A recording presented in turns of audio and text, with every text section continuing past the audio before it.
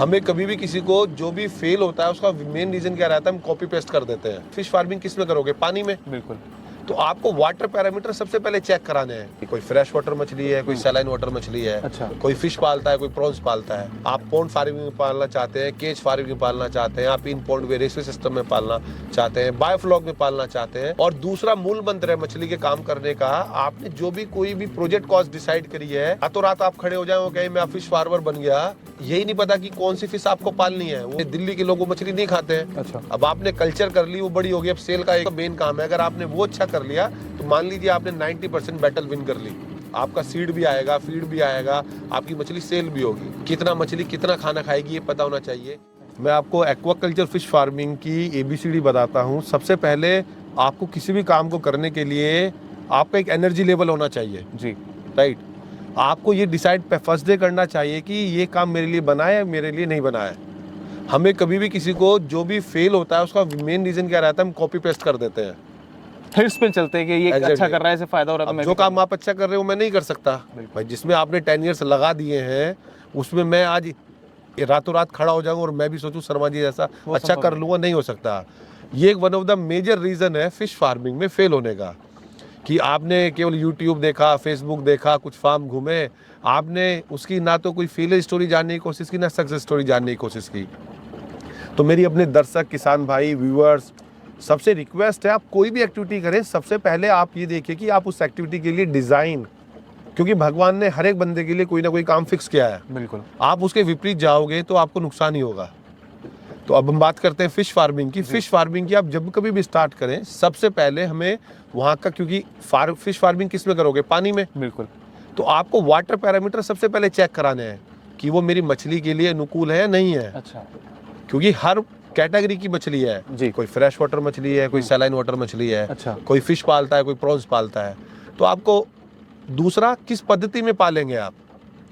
मैं जब major segment मेरा पॉन्ड फार्मिंग है या अर्थन पॉन्ड्स हैं, आप पॉन्ड फार्मिंग में पालना चाहते हैं, केज फार्मिंग में पालना चाहते हैं, आप इन पॉन्ड में रेस्क्यू सिस्टम में पालना चाहते हैं, बायोफ्लॉक में पालना चाहते हैं, या रिसर्कुलेशन एक्वाकल्चर में, 5 मेजर पद्धतियां हैं। अपने एक अध्ययन का विषय है। आपको उसके बारे में पढ़ना पड़ेगा। एग्जैक्टली। मछली पालने से पहले आपको वाटर की केमिस्ट्री और मछली की बायोलॉजी, अगर ये दोनों आपको नहीं पता है तो आप फेल हो जाएंगे। आप फेल हो जाएंगे।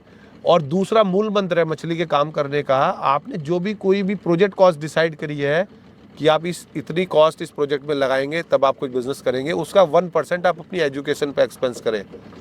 ट्रेनिंग लें, जैसे कि आप भी बता रहे हैं कि ट्रेनिंग लें, फार्मर से विजिट करें, एक्सपो घूमे, सेमिनार घूमे, आप अक्रॉस द फार्मर्स को घूमिए, अपनी गाड़ी में फ्यूल एक्सपेंस कीजिए। ये नहीं कि कहीं देखा नेट पे, यूट्यूब पे देखा और लगा दिया, पैसा झोंक दिया। सर IIT में वही जाते हैं जो IIT की कोचिंग करते हैं। बिल्कुल।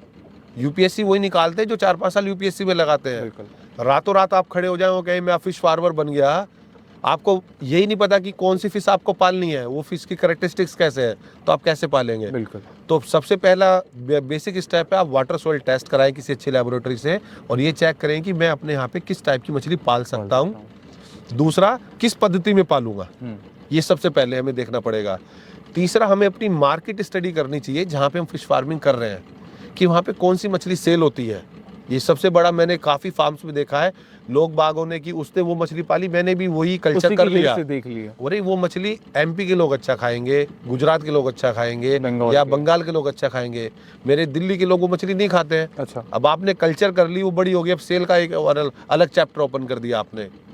तो आप सबसे पहले एक्सप्लोर कीजिए अपने आप को।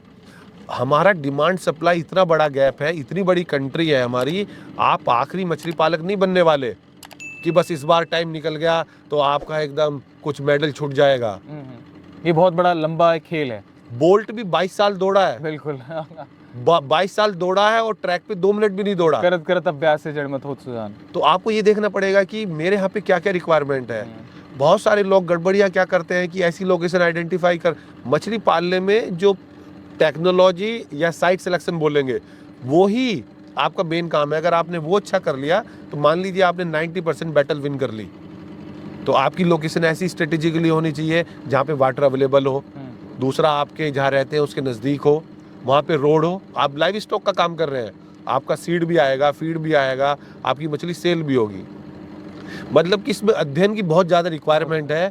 आपको पानी के पैरामीटर्स पता होने चाहिए कितना मछली कितना खाना खाएगी ये पता होना चाहिए।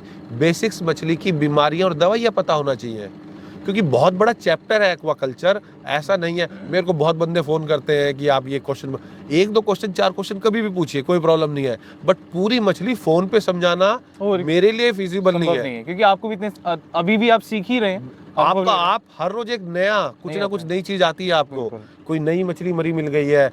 पानी के कलर्स भी 8 तरीके के होते हैं शर्मा जी। एक बार दिखाइए, एक बार पानी का इस समय कौन सा कलर चल रहा है? इस बार ये पूरा आप देखिए लाइट ग्रीनिश कलर है। अच्छा आप ये देखिए, पानी आपका इतना अच्छा होना चाहिए, आप पी भी ले, मस्त। अच्छा। तो ये आपको एक टाइम के साथ पता चलेगा हाँ। कि मछली आपने कैसे पाली है।